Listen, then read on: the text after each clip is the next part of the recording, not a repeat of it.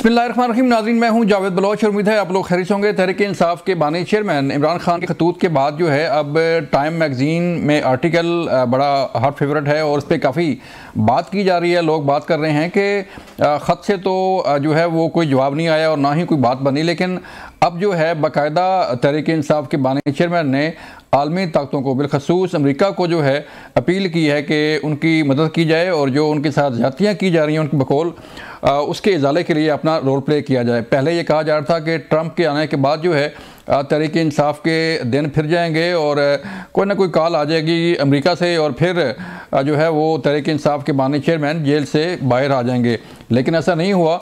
और अब जो है पहले खतूत और अब आर्टिकल लिखना जो है किस हद तक तहरीक इंसाफ की जो सियासत है उसको इस्तेकाम देगा और उसको मजबूत बनाएगा, और क्या जो मसाइल जिसका जिक्र कर रहे हैं तहरीक इंसाफ के बानी चेयरमैन वो इस आर्टिकल से या आलमी ताकतों को से अपील से इसको हल कर पाएंगे या इस भी मुश्किलात में कमी आ पाएगी, इससे बात करेंगे। और फिर हम बात करने जा रहे हैं कि रमज़ान मुबारक के दौरान महंगाई पर कंट्रोल करने के लिए हुकूमती दावे तो जारी हैं, लेकिन ग्राउंड रियलिटीज़ कुछ और हैं और अवाम ये शिकायत कर रही है कि रमज़ान मुबारक में भी अशिया खुर्दनी की कीमतें कम नहीं हुई और ना ही जो है उन्हें कोई रिलीफ मिल रहा है। फिर काबीना में तोसी हो गई और काबीना में तोसी तो के साथ साथ अब तहफ़्फ़ुज़ात इख्तिलाफ़ात भी सामने आ रहे हैं। मुस्लिम लीग नून के अंदर जो है इख्तिलाफ़ात काफ़ी बढ़ते जा रहे हैं और ये कहा जा रहा है कि शायद कुछ रहनुमा जो है इन तहफ़्फ़ुज़ात की वजह से पार्टी से अलर्गी भी कर सकते हैं, सोच रहे हैं कि जो उनके पास पार्टी ओहदे हैं उनसे भी मुस्तफ़ी हो जाए। मेरी मुराद इख्तियार वली ख़ान से है कि लास्ट टाइम तक उनका नाम काबीना की फहरिस्त में था, लेकिन आखिरी वक्त में परवेज़ खटक को शामिल करके उन्हें ड्रॉप कर दिया गया। वो भी अपने तहफ़्फ़ुज़ात के इज़हार कर रहे हैं। इस बात होगी। हमारे साथ मौजूद हैं आज अली बुखारी साहब, तहरीक इंसाफ से तल्लुक़ है आपका। अली भाई शुक्रिया देने का। और उसमें नून से मैं ज्वाइन किया है सेंटर नासिर भट्ट साहब ने, उनसे बात करेंगे। भट्ट साहब आपका शुक्रिया वक्त देने का। अली बुखारी साहब, मैं सर आपकी तरफ आता हूँ। पहले तो ख़त लिखे जा रहे थे तहरीक इंसाफ के बानी चेयरमैन की तरफ से, 3 ख़त लिखे गए, आर्मी चीफ़ को जवाब नहीं आया। और अब जो है ये आर्टिकल जो है वो छपा है टाइम मैगज़ीन में। एक तो बताइए कि आर्टिकल ये कैसे लिखा गया और किस तरह पहुंचा वहाँ पे, और इसमें जो अब आलमी ताकतों को अमेरिका से भी कहा जा रहा है कि ये आप किरदार अदा करें, तो इससे मसले हल होंगे? बिस्मिल्लाहिर्रहमानिर्रहीम, अल्लाहुम्मा सल्ली अला मुहम्मदिन व आले मोहम्मद। वेद भाई देखें, 2-3 क्वेश्चन आपने इकट्ठे कर दिए, क्लब कर दिए, मैं उनको 1 बाय 1 एड्रेस कर देता हूँ। नंबर 1 ये कि जो ख़त आपने कहा है, ख़त लिखना मतलब होता है अपना मुद्दा बयान करना, ठीक है, बेसिक सिंपल आम फैम अल्फाज, और अपना जो भी ग्रीवेंसेस हैं वो एड्रेस करना, उनको लिखना, उनको बताना। अब उसका लाजम नहीं होता कि जवाब आए उसका या जवाब जाए या ये खतो किताबत का सिलसिला स्टार्ट हो जाए। बेसिकली होते हैं अपनी जो ग्रीवेंसेस हैं वो ऑन रिकॉर्ड लाना, वो बताना। और ये कोई सन सिकरत की तरह या कोई 18वीं सदी की तरह का खत तो है नहीं कि आप कहें जी कि पहले डलेगा उसमें पोस्ट बॉक्स में डलेगा और उसके बाद फिर पोस्टमैन के पास जाएगा और फिर पोस्टमैन पोस्ट ऑफिस से लेगा और जाएगा, डिलीवर होगा। ये ओपन खत है, आप भी पढ़ रहे हैं, हम भी पढ़ रहे हैं, जो कुछ है सामने है सबके अंदर। और उसमें वही कुछ लिखा हुआ है जो उसको मैंने रीड किया, जो पहले खत थे उसके अंदर, कि जो हमारा एक PTI का स्टांस था, चाहे वो किसी हवाले से भी हो, कोई एलिगेशंस के हवाले से भी हो, वो इलेक्शंस के हवाले से हो, वो 26 नवंबर के हवाले से हो, 9 मई के हवाले से हो, वो ह्यूमन राइट्स की वोलेशंस के हवाले से हो, फंडामेंटल राइट्स के, जेल मैनुअल के, वो उसी के इर्द गिर्द फिर रहा था और पाकिस्तान को आगे लेके जाने की, पाकिस्तान की सालमियत की बात की जा रही थी। अब नंबर 2 चीज़ आपने जो इसके अंदर की वो आपने कही जो अभी आर्टिकल है, क्योंकि पिछले 2 हफ्तों से मेरी खान साहब से मुलाकात नहीं हुई, क्योंकि डेट्स बढ़ गई और मुलाकात हो नहीं रही और ना हमें अंदर जाने दिया जा रहा है ना कोई और बंदा गया, इसलिए मैं उसके ऊपर तो ये कमेंट नहीं कर सकता हूँ कि वो कब आया, किस तरह आया, क्या है। लेकिन अब अगर आर्टिकल की बात करूँ तो अंदर जेल के अंदर आर्टिकल लिखना, किताबें लिखी गई, पूरे की पूरी तसानीफ लिखी गई, पूरी की पूरी जो है मैं एग्जांपल देना शुरू करूं तो पाकिस्तान बनने से पहले मौदूदी साहब ने भी लिखी, उनके बाद भी लिखी, उसके बाद आपके फैज़ अहमद फैज़ को ले लें, मतलब आप नेम अ सिंगल पर्सन जो अंदर रहा हो जिसने अपनी बुक्स तसानीफ नहीं लिखी, तो वो तो कोई मायूब चीज़ नहीं है और हर इंसान का हक है, वो लिख भी सकता है। इवन आपको अगर सजा भी हो जाती है तो आप जेल अपील भी करते हैं जो खुद लिखी जाती है और वहाँ से आती है आगे, तो वो तो कोई चीज़ नहीं है, इसके अंदर ऐसी बात नहीं है जो कि किसी भी तरह मुनाफी हो।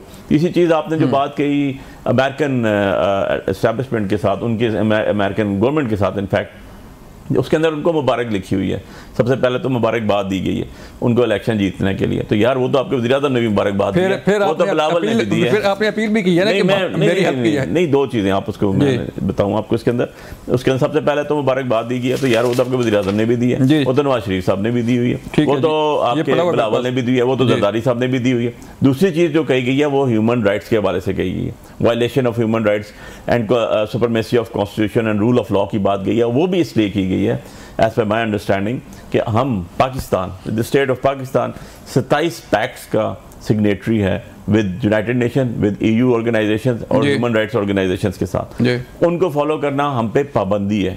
और उसके लिए अगर कहा जाता है कि जी ह्यूमन राइट्स वायलेट हो रहे हैं, फंडामेंटल राइट्स नहीं हो रहे, यूनाइटेड नेशन राइट्स जो हैं उनको हम फॉलो नहीं कर रहे, रूल्स को फॉलो नहीं कर रहे, या जो 1990 आपके नेल्सन मंडेला रूल्स हैं उनको फॉलो नहीं कर रहे, तरीके इंसाफ से जातियां हो रही हैं, तरीके सियासी मुकदमात जो है वो बने हुए हैं और हमें अंदर किया गया है। मैं वही बात कर रहा हूं कि जो आप अंदर किया हुआ तो फंडामेंटल राइट्स है ना, आपके फंडामेंटल राइट्स को वायलेट जब करेंगे तो ऑब्वियसली आपने फंडामेंटल राइट्स जब भी वायलेट होंगे तो आपने फंडामेंटल राइट्स से जो प्रोटेक्शन मिलती है वो तो हासिल करनी है, वो तो आपका कॉन्स्टिट्यूशनल राइट है। उसमें कौन सी ऐसी बात मदद दरकार होगी या मदद मांग ली या कुछ कर लिया, ऐसी बात कतई नहीं है।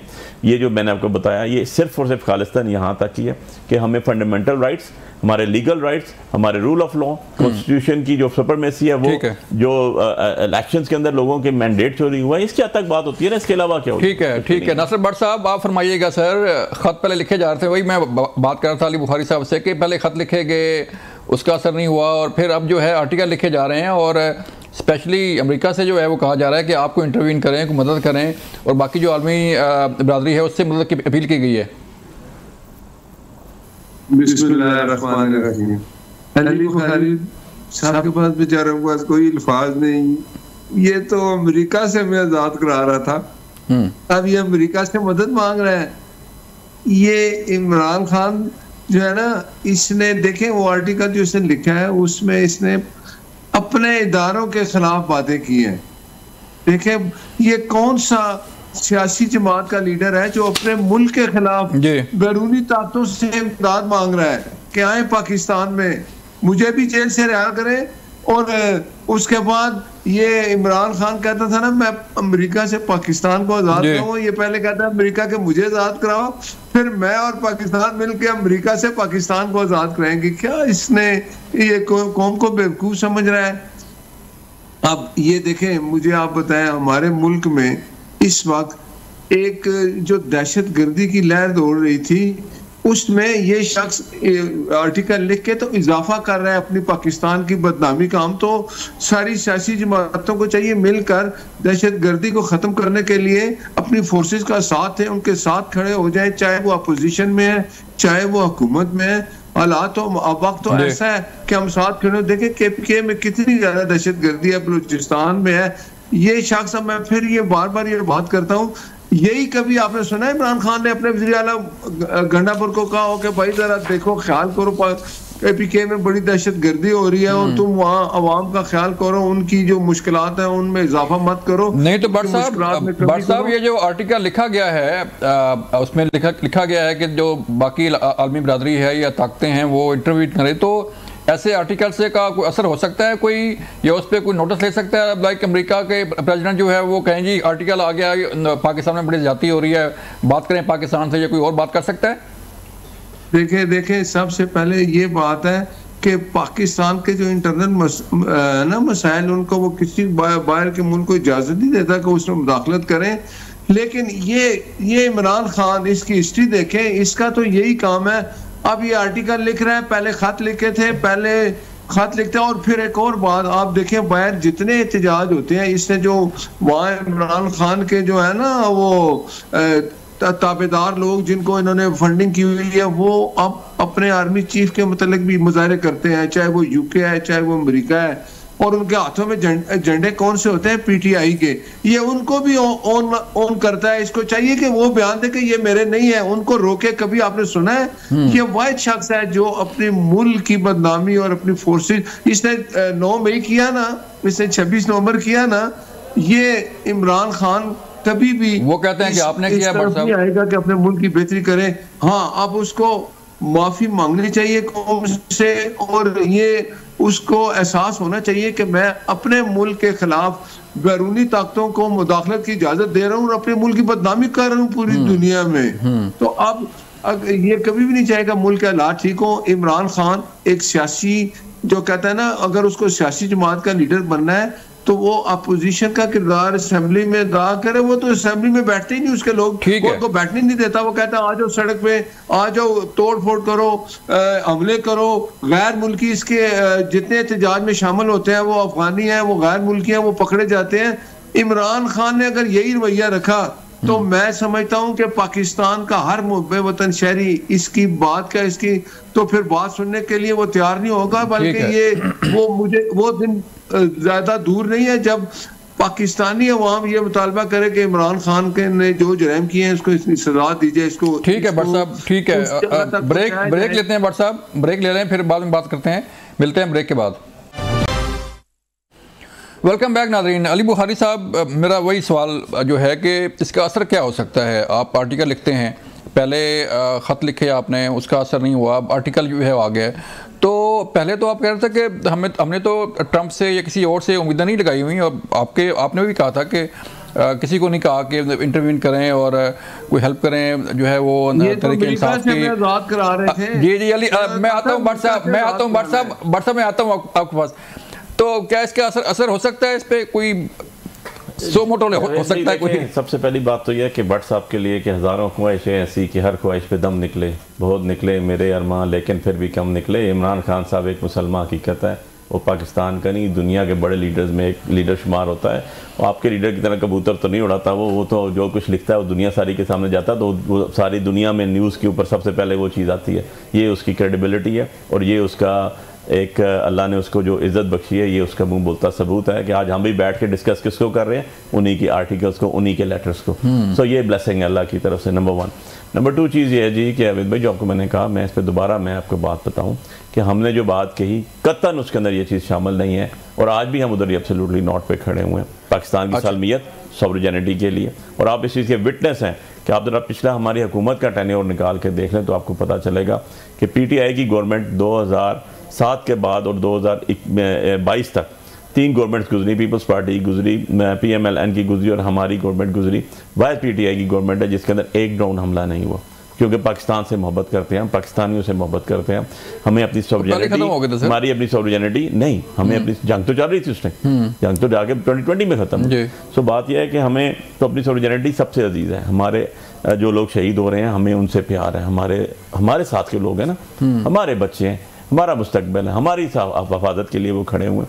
बात यह है कि हम सिविल राइट्स की बात कर रहे हैं, हम ह्यूमन राइट्स की बात कर रहे हैं, हम फंडामेंटल राइट्स की बात कर रहे हैं जो हमारा कॉन्स्टिट्यूशन हमें प्रोवाइड करता है। उसकी हद तक आप बात करते हैं, हर जगह बात करते हैं, हर प्लेटफॉर्म पे बात करते हैं, किसी भी जगह बात करें, रूल ऑफ लॉ की बात करते हैं। इसमें कौन सी कबाहत है?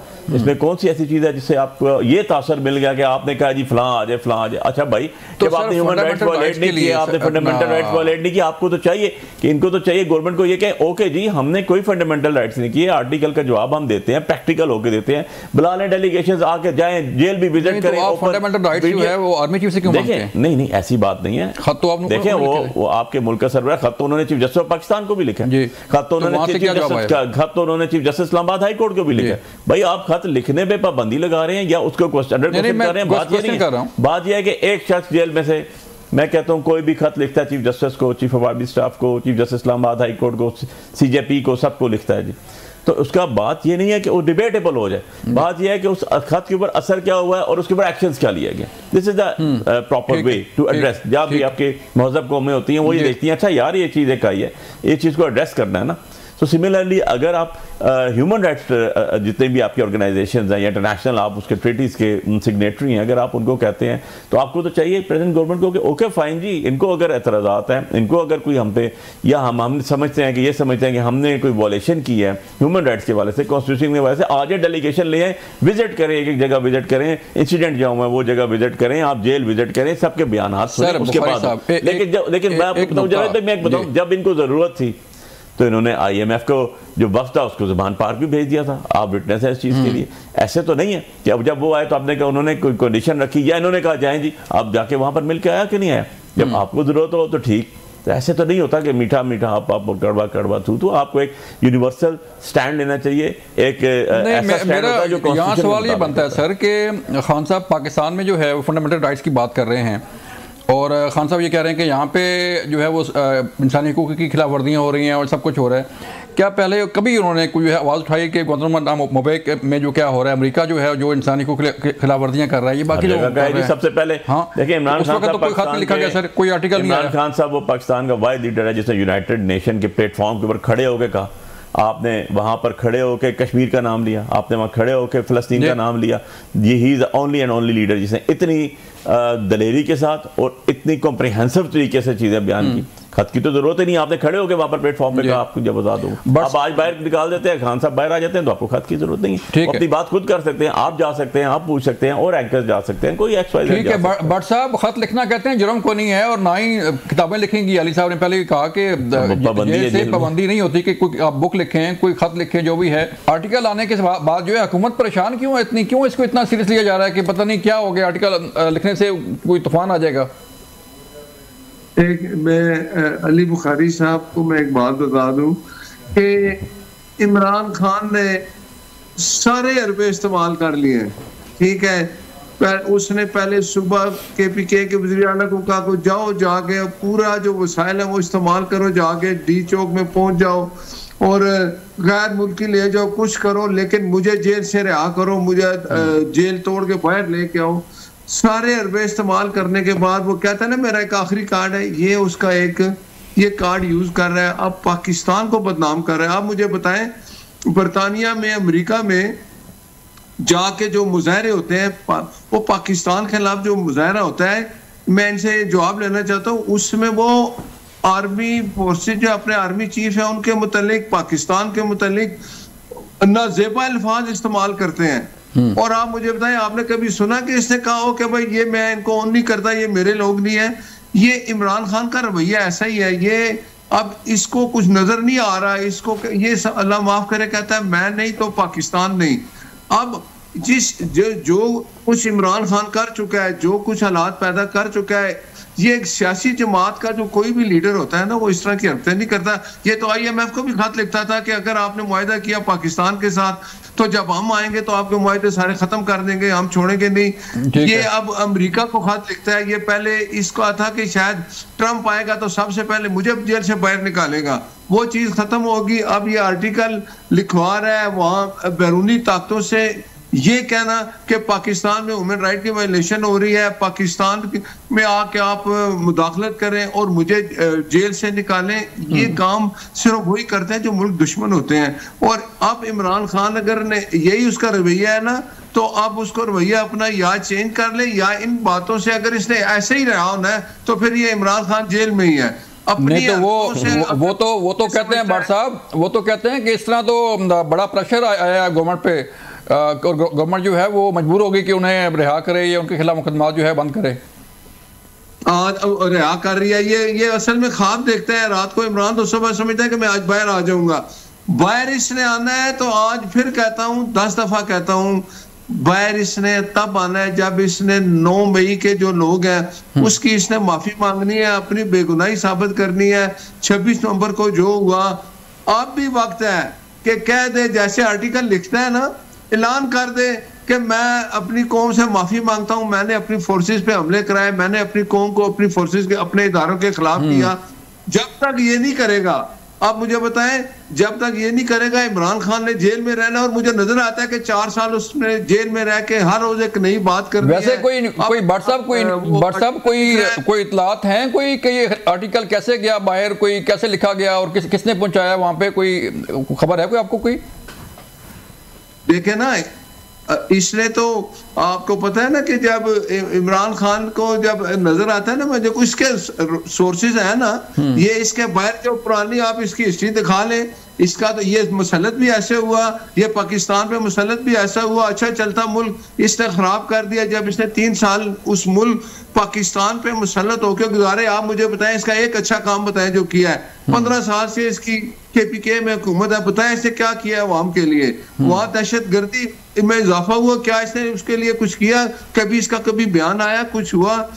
इसने इसके दिमाग में है कि मुझे फिर एक दफा मुसलत किया जाए। इसने सी पैक खत्म कराया, चाइना सी पैक जो है इसने खत्म कराया। ये जब मुसलत हुआ इसने पाकिस्तान में अल्लाह माफ करे तबाही के अलावा कुछ नहीं किया। आप इसको अपने लोग छोड़ के चले गए हैं, इसको अपने दोस्त छोड़ के चले गए। ये ना किसी का हमदर्द है ना किसी का दोस्त है, तो पाकिस्तान का हमदर्द कैसे हो सकता है? इनके हालात सारे आप देख लें, वक्त बहुत करीब है कि अवाम खुद कहेगी इस हुकूमत से, अदालतों से कि इमरान खान का एहतसाब करो। इसने आज हम जिस जगह खड़े हैं इमरान खान का एहतसाब करो। ठीक है, ठीक है भट्ट साहब, यहाँ ब्रेक लेते हैं, मिलते हैं ब्रेक के बाद। वेलकम बैक नाज़रीन। हम बात कर रहे हैं कि सियासत किस तरफ जा रही है और मुल्क किस तरफ जा रहा है। अली बुखारी साहब, आपने 24 नंबर को कॉल दी खान साहब ने और कहा था कि ये फाइनल कॉल है, फाइनल पता है, और फिर उन्होंने कहा था कि एक और कार्ड मेरे पास है, वो भी आ गया, खत आ गया। कोई ऑप्शन है और कोई? जी बिल्कुल ऑप्शन है जी। ऑप्शन सियासत में कभी ऑप्शन खत्म ही नहीं होते जावेद भाई। क्या कार्ड लोग ये समझते हैं कि आखिरी ऑप्शन है और खत्म हो गया, वो पॉलिटिशियन नहीं होते। तो खान साहब ने हर चीज़ अपने पास रखी हुई है और हर आपको नजर आता है कि कुछ अर्से बाद उनका नया एक पॉलिटिकल कार्ड आता है। अभी आप देखेंगे हमारा एक ग्रैंड अलायंस बनने की बिल्कुल इनफैक्ट वो करीब है और सिंगल एजेंडा है। उसके अंदर इख्तिलाफात सामने आ रहे हैं। इख्तिलाफात नहीं है अभी मौलाना साहब का नहीं, मौलाना साहब तो अभी मदीना में है, मदीना शरीफ से आएंगे, उसके बाद उनसे डिस्कशन हो रही है, उनकी पार्टी की लीडरशिप से भी डिस्कशन हो रही है।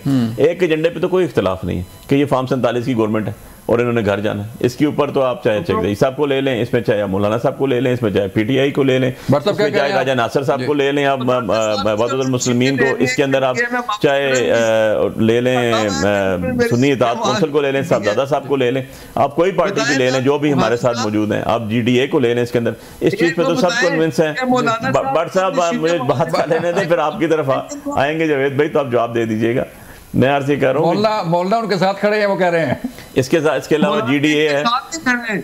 मौलाना इनको समझा रहे हैं कि मेरी सीटें वापस करो के। सर आप लोग क्यों डर रहे हैं? आपको अगर परेशानी नहीं है, मौलाना हमारे साथ नहीं है, बाकी पार्टियां मिली, तो आप लोग क्यों घबरा रहे हैं? आप घबराएं नहीं, आपकी काम पे नहीं टांगे।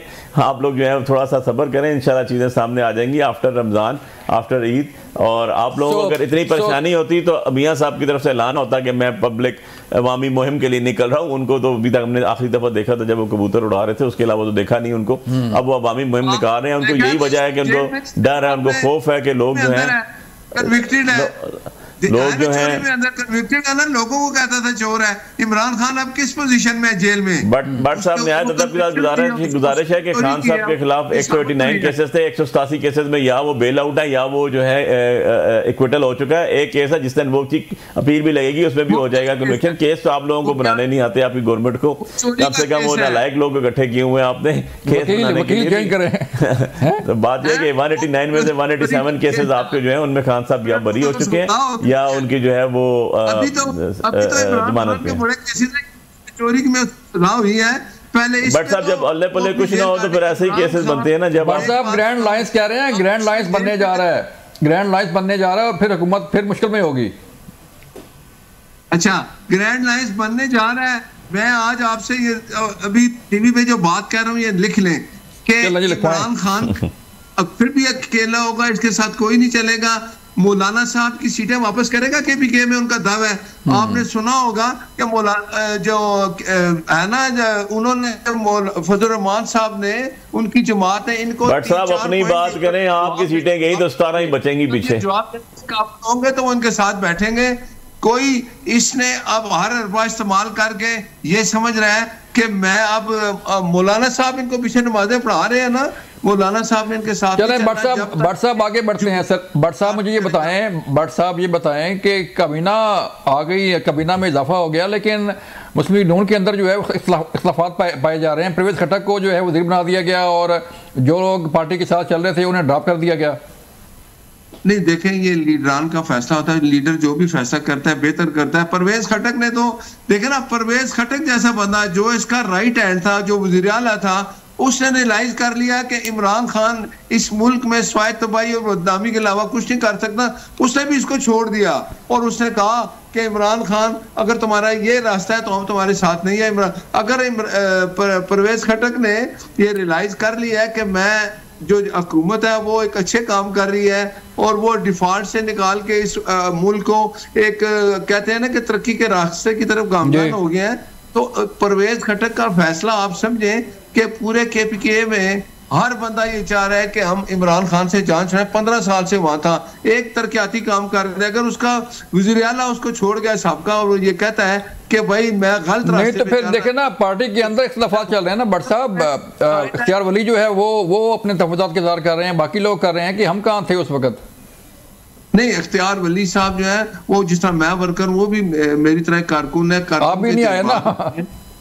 देखें, जज्बात होते हैं। आप देखेंगे कुछ दिन बाद जब इख्तियार वली साहब खुद ये कहेंगे, वो सिर्फ उसने कहा कि मुझे भी पूछ लिया जाता, तो ये वर्कर के जो होते हैं कारकुनों के हमारे कायद सुनते हैं, वो उनको सुनते हैं, उनकी बात पे कहते हैं कि मशवरा भी लेते हैं। तो आपको कुछ दिनों में नजर आएगा इख्तियार वली साहब कहेंगे कि जो मेरे खदशात हैं वो दूर हो चुके हैं। बहरहाल PTI का जो अपना हुलिया है वो दिन ब दिन इसी तरह जाएगा। इमरान खान ने जेल में रहना है। मैं आपको बताऊं, जब तक अपनी बेगुनाही अदालतों में साबित नहीं करेगा, ना अमेरिका कितना अर्सा जेल में रह सकते हैं भट्ट साहब? जब तक बेगुनाही साबित नहीं करेगा उसके तो जेल है ना। अभी तो उसके ऊपर और मुकदमात है ना। अपनी बेगुनाही अदालत में हुकूमत के साथ उसका मैं कहता है ना कि भाई कितने हमारे वो सियासी कैदी जेल में, एक भी नहीं है। मुझे नाम बताएं जो सियासी कैदी जेल में है। कोई 9 मई वाला है, कोई 26 नवंबर वाला है। ये जराइम किए उन्होंने, इसके देखिए 4000 प्लस तो जो अभी 26 नवंबर वाले लोग इन्होंने उठाए हुए थे, जिनमें से आज भी जो है इस्लामाबाद हाई कोर्ट से जो है 52 बंदों की डिस्ट्रिक्ट कोर्ट से, एंटी टेररिस्ट कोर्ट से बेलें हुई, और इतने ही कोई तकरीबन Islamabad high court bench number 1 से नहीं है। वो तो नहीं, इनके कहने या ना कहने से क्या होता है जी। बात ये है, इनको तो रियलिटीज ही नहीं पता ना। इनकी बात तो ऐसे है जैसे फायर इन द डार्क हो रही है। इनको ये नहीं पता कि 26 नवंबर को FIRs कितनी हुई, एक ऑफेंसिव कितनी हुई। इनको ये नहीं पता कि लोग कैसे उठाए गए और एलिगेशन क्या है। इनको तो ये नहीं पता कि कितने लोगों को जो है आज तक अभी तक जुडिशियल कमीशन की क्यों जावेद भाई बात हम बार बार बात कर रहे हैं। उसका रीजन सिर्फ ये होता है कि आपका दूध का दूध और पानी का पानी हो, कि जब तक आपका जो है जुडिशियल कमीशन नहीं बनता, आपकी चीजें क्लियर नहीं होती, तो इनके स्टांस कहते रहे, इनके कहने से क्या फर्क पड़ता है। इनको तो ग्राउंड रियलिटीज ही नहीं पता ना। अब बात यह है कि ये जिनको इख्तियार वली के स्टेटमेंट देखें टीवी पे क्या दे रहे हैं, वो स्टेटमेंट है ही नहीं जो इन्होंने बयान की अभी। वो तो बड़े और तरह की स्टेटमेंट्स दे रहे हैं। सो बात यह है कि आप इसको आगे लेके अगर चलें तो गरीब मुल्क, IMF की टीम 3 मार्च को आज आपके प्रोग्राम में मैं कह रहा हूँ पाकिस्तान में बैठी हुई है। पैसे आप भीख मांग रहे हैं मुल्क चलाने के लिए। 27 बंदों की आप कैबिनेट बना रहे हैं। आपका एक मिनिस्टर है, आपका फाइनेंस मिनिस्टर बैठा हुआ है। तो फाइनेंस मिनिस्टर है वो कामयाबी होता है ना कि आपके साथ लोग बातचीत कर रहे हैं, आप उनसे पैसे मांग रहे हैं, आप 27 कैबिनेट मेंबर्स और बना रहे हैं, जबकि आपको उन्होंने कहा हुआ है कट डाउन करें। जो उनके रिमार्क्स आए हैं, जो उन्होंने आपको कंडीशंस दी थी, जो आपने साइन किए हुए हैं, वो आप फुलफिल कर नहीं सक रहे हैं बिल्कुल किसी किस्म का। आज ही मैं एक प्रोग्राम में अभी सुन के आया हूँ कि एक एंकर ने एक खबर डिस्क्लोज की कि एक आपके जो फाइनेंस मिनिस्टर हैं, उन्होंने वो गाड़ी को झंडे का इशू हुआ और एक 20 के ग्रेड की ऑफिसर को उन्होंने वापस भेज दिया। सो इस तरह के मामला इनकी गवर्नमेंट में हो रहे हैं। इनकी गवर्नमेंट चल नहीं रही। उसकी रीजन ये है कि ना ये हुकूमत लोगों की है, ना ये लोगों से जीत के आए हैं, ना इनको लोगों को जवाब देना है। 17 सीटों से जीते हुआ बंदा जो है वो प्राइम मिनिस्टर है, हारी हुई जो खातून है वो वजीर आला है। बट साहब तसल्ली से सुन तो लेना, मैंने आपकी बात बड़ी तसल्ली से सुनी है ना। आप जो मर्जी कहिएगा, लेकिन तसल्ली से बात सुनेंगे तो कुछ कहेंगे ना। आपकी बात मैं तसल्ली से सुनता हूँ, आप सुन तो लें जरा, थोड़ा सा हौसला कर लें, थोड़ा सा हौसला कर लें। भट्ट साहब मेरी बात सुन लें, आप मेरे भाई हैं, आप जो कहेंगे मैं सुनूंगा, मैं एड्रेस करूंगा आपको। दुनिया देख रही है, सारे लोग देख रहे हैं। वो कह रहे हैं तसल्ली रखें, तसल्ली रखें। आपकी जो सवाल होगा मैं उसको एड्रेस करूंगा। सारी दुनिया देख रही है, मीडिया में बैठे हुए हैं आप, ऐसी कोई बात नहीं है। आप बिल्कुल हौसला रखें। बात यह है कि ऐसे ना करें ना भट्ट साहब। देखें, अगर आपने बोलने नहीं देना तो फिर आपकी बात। भट्ट साहब मुझे सवाल करने देना। भट्ट साहब ये वजीर नहीं लेता, तो इमरान खान कहता है ले लो, कहता है नहीं ये करप्ट है मैं नहीं लेता। अपने हालात ठीक करते छोड़ो, मुल्क ठीक जा रहा है। अपनी हमारे हालात तो अल्हम्दुलिल्लाह ठीक है जी। हमारे पीछे तो आवाम खड़ी हुई है। हम तो अभी भी कहते हैं आपके सामने बैठा हूँ, 44,000 वोट से जीत के इस्लामाबाद का कीकी है, मैंने बैठा हुआ आपके सामने। आप जरा साबित कर दें आपकी वज़ीर आला कैसे जीती हुई है, आपका वज़ीर आज़म कैसे जीता हुआ है, उसका भाई कैसे जीता हुआ है, उसका भतीजा कैसे जीता हुआ है। खुद हारे हुए सारे, जाके लाहौर की गिनती करा दे जरा, एक दफा आपको लग पता जाएगा क्या करते हैं भट्ट साहब। ऐसे ना करें, उसका क्या करेगा, शायद उसको भी काट दे। ऐसे ना करें भट्ट साहब। आपका सेनेट चल नहीं सकता। आपके अभी तक KP में आपने इलेक्शन सेनेट के नहीं करवाए हुए, क्या कर रहे हैं आप? आपने स्पेशल सीट अभी तक नहीं अनाउंस की, सुप्रीम कोर्ट के ऑर्डर नहीं माने हुए। भट्ट साहब मैं आपको बताता हूं, अली साहब क्यों अपना ग्रैंड लाइंस क्यों नहीं बन रहा? देखिए ग्रैंड लाइंस बिल्कुल के तहफ़्फ़ुज़ात हैं। गंडापुर के बारे में खबरें आ रही हैं कि वो कोई रोल प्ले कर रहे हैं, ये क्या जावेद भाई? किसी किस्म का कोई अभाव नहीं है। किसी किस्म में कोई ऐसी बात नहीं है कि जिसके अंदर किसी किस्म की भी कोई फुल स्टॉप आया हो। गुफ्तगू शनीद हो रही है, गुफ्तगू शनीद हो रही है। आपने देखा कि 2 दिन कबल 3 दिन कबल जो है ये जो कॉन्स्टिट्यूशन सुपरमेसी की कॉन्फ्रेंस हुई, शायद फरकान अब्बासी साहब ने कराई थी, उसमें सारी पार्टीज वहाँ पर मौजूद थी। उसके अंदर चरगई साहब भी थे, उसमें हम भी थे, उसमें DDA भी थी, उसके अंदर जो है मौलाना साहब के लोग भी मौजूद थे, तो उसके अंदर बाकी जो पार्टीज थी उनके लोग भी मौजूद थे, उसमें राजा नासिर साहब भी मौजूद थे, उसमें सुन्नी इत्तेहाद कौंसिल के वो भी मौजूद थे, सारे के सारे लोग। ग्रैंड अलायंस बन रहा है, ग्रैंड अलायंस बन रहा है और एक एजेंडे के ऊपर बन रहा है। सिर्फ इंतजार है कि मौलाना साहब गए हुए हैं मदीना शरीफ, वहां से वापस आ जाए। बिल्कुल बातचीत हो रही है, अभी हम तरीकाकार तय कर रहे हैं, तरीकाकार तय कर रहे हैं कि किस तरीकाकार के तहत चला जाए, क्या मेथड ऑफ ऑपरेंडिस क्या हो, ठीक है ना, मेथड ऑपरेंडी क्या हो उसका, वो चीज़ तय कर रहे हैं। आहिस्ता आहिस्ता फिर खान साहब से मुलाकात होनी है, ऑब्वियसली मौलाना साहब ने वापस आना, बाकी सारी जो लीडरशिप है, जो अपनी अपनी पार्टीज के सरबराह हैं, उनसे भी मुलाकात होनी है। और मैं सिर्फ आखिर में एक बात बताऊं अपने भाई भट्ट साहब को, भट्ट साहब देखें पार्टी से छोड़ा सा जाता है, जैसे शायद फरकान अब्बासी आपके वज़ीर आज़म थे और आपकी पार्टी को छोड़ के चले गए, जैसे चौधरी निसार साहब करता धरता होते थे जब, और उन्होंने एक बीबी को, खातून को जो है उसके पीछे चलने से बेहतर समझा घर बैठ जाए, छोड़ी ऐसे जाती है जैसे पीपल्स पार्टी के लोगों ने फारो होकर बैठ गए, उनको निकाल दिया गया। आप हमारे किसी बंदे को क्या कहते हैं, आप अपनी पार्टी की तरफ देखें, आपको बहुत लास्ट कमेंट सर, भट्ट साहब अपना मामला कहाँ पे हैं, आपके राब्ते हैं मौलाना साहब से, क्योंकि तहरीक इंसाफ चाहती है कि उनसे मिल जाएं और हुकूमत चाहती है कि उनसे मिल जाएं। मौलाना साहब एक ज़ीरक सियासतदान है, ये जो बंदा मौलाना साहब के बारे में जलसों में कहता होता था ना, अब वक्त आ गया है। देखे ना, रब ताला इस दुनिया में हिसाब देता है। बट सबसे पहले ख्वाजा आसिफ साहब ने उनके बारे में जो अल्फाज इस्तेमाल किए वो फ्लोर ऑफ द हाउस की जरा चेक कर लें, सुकून लेना, सुकून आपको तो इन्फॉर्मेशन दी है। साहब इन्होंने मैंडेट चोरी किया हुआ KPK में, उनका मुतालबा है कि मेरा मैंडेट वापस करो, कर दो उनका मैंडेट वापस, पीछे पढ़ लें उनके नमाजें, जमहूरी तरीका अख्तियार करें। वो इनको नहीं मानेंगे कि अमेरिका से मुझे लेटर लिखो और इमदाद मांगो। इमरान खान का अब ये जो रवैया था ना, अब वो हर हरबे इस्तेमाल करके मौलाना साहब के पीछे नमाज पढ़ रहा है, पर मौलाना साहब का मैंडेट वापस करें जो KPK में लिया है, तो वो फिर हो सकता है कि मौलाना साहब इनको अपने साथ पीछे खड़ा कर लें। तो इमरान खान का जो रवैया है ना, वो सोलो फ्लाइट वाला है, आप देखें वो किसी को नहीं मानता, उसने हमेशा यही रवैया रखा है और यही होगा। इमरान खान ने जेल से बाहर आने के लिए हर अरबा इस्तेमाल कर लिया, जेल तोड़ने की कोशिश की है, अब अमेरिका को खत लिख रहा है, अब जेल तोड़ने की कोशिश मौलाना चले भट्ट साहब बहुत शुक्रिया, भट्ट साहब बहुत शुक्रिया आपके वक्त का, अली बुखारी साहब आपका शुक्रिया। नाज़रीन ये था आज का प्रोग्राम, अपना ख्याल रखिएगा, अल्लाह हाफिज़।